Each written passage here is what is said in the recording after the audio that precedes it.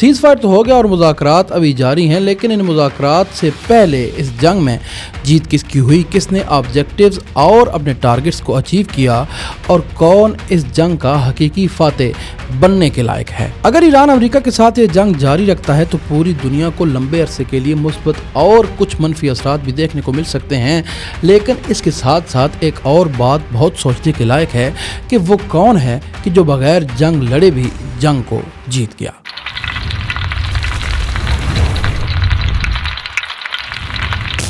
السلام علیکم، میں ہوں سید محمد رضی الحسن اور آپ دیکھ رہے ہیں ریئل ود رضی۔ ویڈیو شروع کرنے سے پہلے میں یہ کہنا چاہوں گا کہ چینل ریئل ود رضی کو سبسکرائب کرنا بالکل مت بھولیں تاکہ آپ کو اس چینل کی تمام اپڈیٹس ملتی رہیں۔ دنیا کے حالات اس وقت بہت حیران اور پریشان کن ہیں، لیکن دنیا کے حالات سے ہٹ کر ایک اور شخصیت بھی ہے جس کے حالات پریشان اور حیران کن سے زیادہ تباہ کن ہیں، اور وہ شخصیت یہ ہے۔ اس شخصیت کے حالات تباہ کن اس وجہ سے ہیں کیونکہ اس کے ملک میں اس وقت صف ماتم بچھی ہوئی ہے کہ کیوں پاکستان میں امریکہ اور ایران کے درمیان نیگوشیشنز جاری ہیں اور کیوں پاکستان ایک میڈیٹر کا کردار ادا کر رہا ہے۔ یعنی اس وقت انڈین صحافی مکمل طور پر منہ کے بواسیر میں مبتلا ہیں اور وہ پاکستان کے خلاف خون اور آگ اگل رہے ہیں، لیکن ان کو کوئی فائدہ نہیں ہو رہا۔ ان مذاکرات کو پوری دنیا میں سراہا جا رہا ہے، ماں سوائے انڈیا، اسرائیل اور کچھ ایرانی حلقوں کے جو بالکل بھی یہ نہیں چاہتے کہ یہ مذاکرات پاکستان میں ہوں، اور اس کی بھی کئی وجوہات ہیں۔ مثال کے طور پر آپ سب سے پہلے انڈیا کو لے لیں کہ انڈیا کیوں پاکستان میں مذاکرات نہیں چاہتا۔ یہ اگر دنیا اندھی بھی ہو جائے اور بیری بھی ہو جائے تب بھی اس کو دکھائی اور سنائی دے گا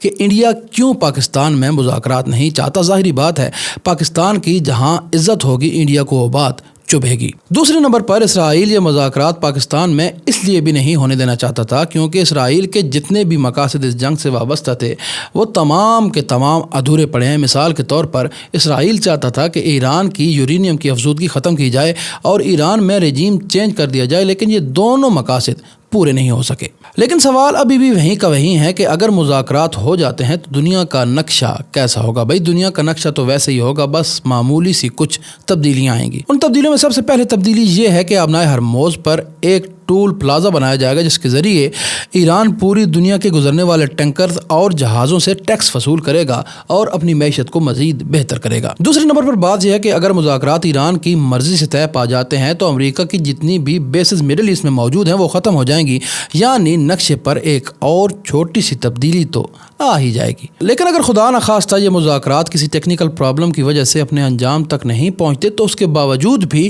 ایران کا رجیم چینج بالکل بھی نہیں ہونے والا، کیونکہ ایران کا رجیم اس جنگ میں مزید مضبوط ہو کر دنیا کے سامنے آیا ہے اور دنیا یہ جانتی ہے کہ ایران کا سیٹ اپ کس طرح کام کرتا ہے۔ اس کے علاوہ اگر ایران کا میزائل اور ڈرون آرسنل ختم بھی ہو جاتا ہے تو اس کے باوجود بھی ایران کے رجیم کو چینج کرنا اتنا آسان نہیں ہوگا، کیونکہ ایران کے رجیم کو چینج کرنے کے لیے امریکہ کو بوٹس آن دا گراؤنڈ کی ٹرمینالوجی پر عمل کرنا پڑے گا اور یہ امریکہ کے لیے جان لیوا ثابت ہو سکتا ہے۔ اسی لیے یہ ماننا پڑے گا کہ ایران میں رجیم چینج کرنا ہو سکتا ہے اس صدی کا سب سے مشکل کام ہو، کیونکہ ایران اس جنگ میں اکیلا نہیں ہے، اس کے ساتھ دنیا کی دو بہت بڑی طاقتیں کھڑی ہوئی ہیں، ایک ہے رشیا اور دوسری ہے چائنا۔ رشین انٹیلیجنس کی وجہ سے ہی ایران نے خطے میں امریکن مفادات کو بہت زیادہ نقصان پہنچایا ہے، اور یہ بات آپ انتہائی اچھے طریقے سے جانتے ہیں کہ ایران کی اپنی انٹیلیجنس سروس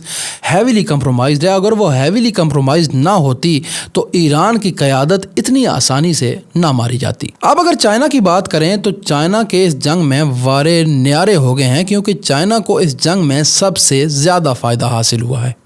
چائنا شاید پچھلے 30 یا 40 سالوں میں پہلا ملک ہوگا جس کے لیے کسی اور ملک نے اس کی کرنسی میں ٹریڈنگ فیس ڈیمانڈ کی ہو۔ اس چیز کا چائنا کو بہت لمبے عرصے پر محیط فائدہ ہونے والا ہے، کیونکہ اس سے قبل جس آدمی نے اپنی کرنسی اور ڈالر سے ہٹ کر کسی کرنسی کا نام نہیں سنا ہوا تھا وہ بھی یوان کا نام سن کر حیران ہے کہ اب یہ کیا بلا ہے بھائی۔ اب اگر آپ اس پوری کہانی پر غور کرتے ہیں تو آپ کو اندازہ ہو جائے گا کہ اگر مذاکرات ناکام یا کامیاب ہوتے ہیں تو دونوں صورتوں میں